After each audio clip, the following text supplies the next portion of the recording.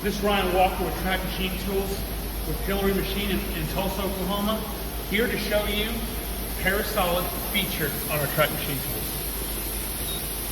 So what I'm going to do is I'm going to go to Program In and Out, and I'm going to bring in something some of you are very familiar with, is our ballpark.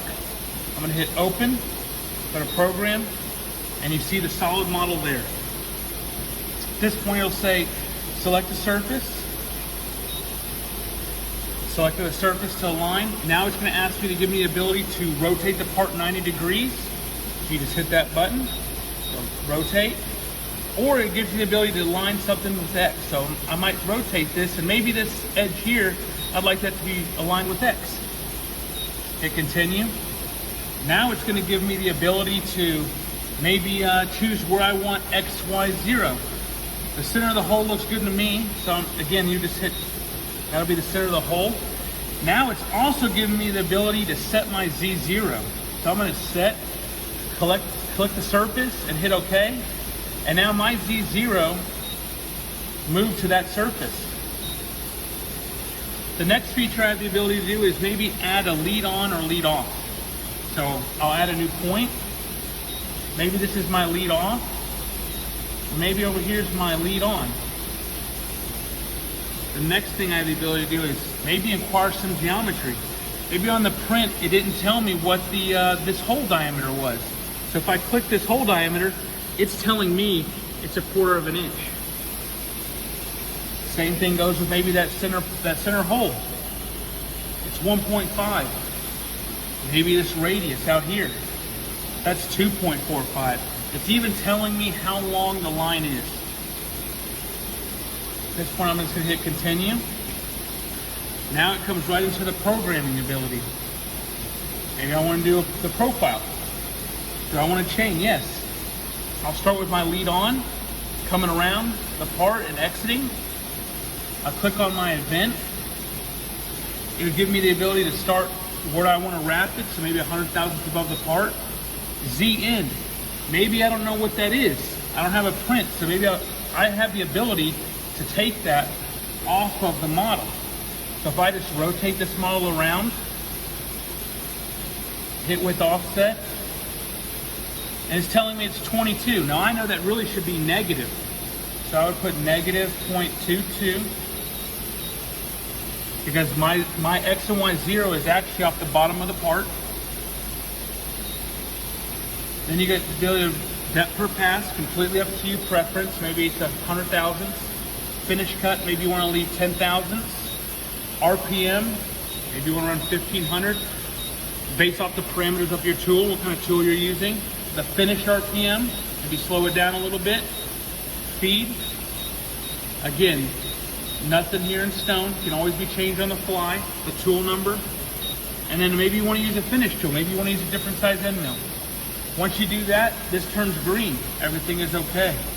I'm going to exit the event, and I'm going to go on to maybe doing drilling my holes.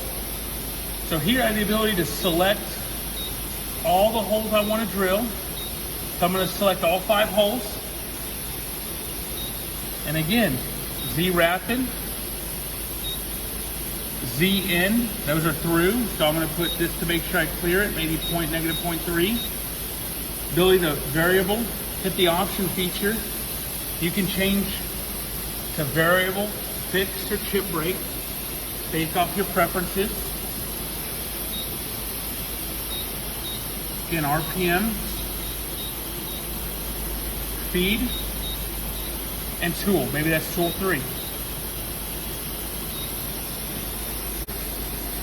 So the next thing I want to do is I want to do this pocket, the center hole. I'm going to hit pocket, click on that, go to event, go to the end, find my pocket, Z wrap it again 100 thousandths. I know that this is negative 1/4 inch, so it's negative 0.2. The radius, it already knows the radius. Depth per pass, again, completely up to your preference.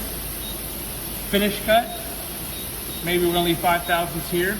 RPM, it's populating from my previous parameters, but again, you can change this on the fly. Instead of it being 1,000, maybe you wanna speed it up to 1,500. Again, finish RPMs, pulling from previous. And then the last thing is changing that tool. So at this point, we've already finished programming to our model. So at this point, we're going to touch our tool table. We've already populated the tools that we'll need to run the job. So the next thing you do is you go to Setup. Another verifying, you hit Toolpath to kind of give you an idea of what's going on. So you can see that we're cutting the outside profile.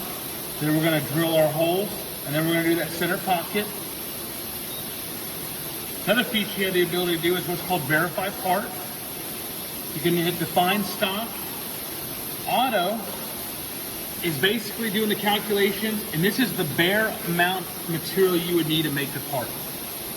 It's a really cool feature to give you an idea of what you need. You probably want to have oversized, so I'm just going to put in some numbers. I actually have to exit. Just going to put in some numbers, so negative, maybe 3 inch. So we'll just do a 3 inch by 3 inch.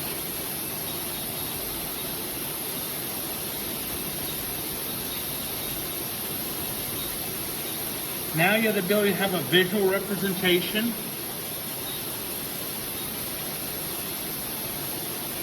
of what it looks like when the part's finished, or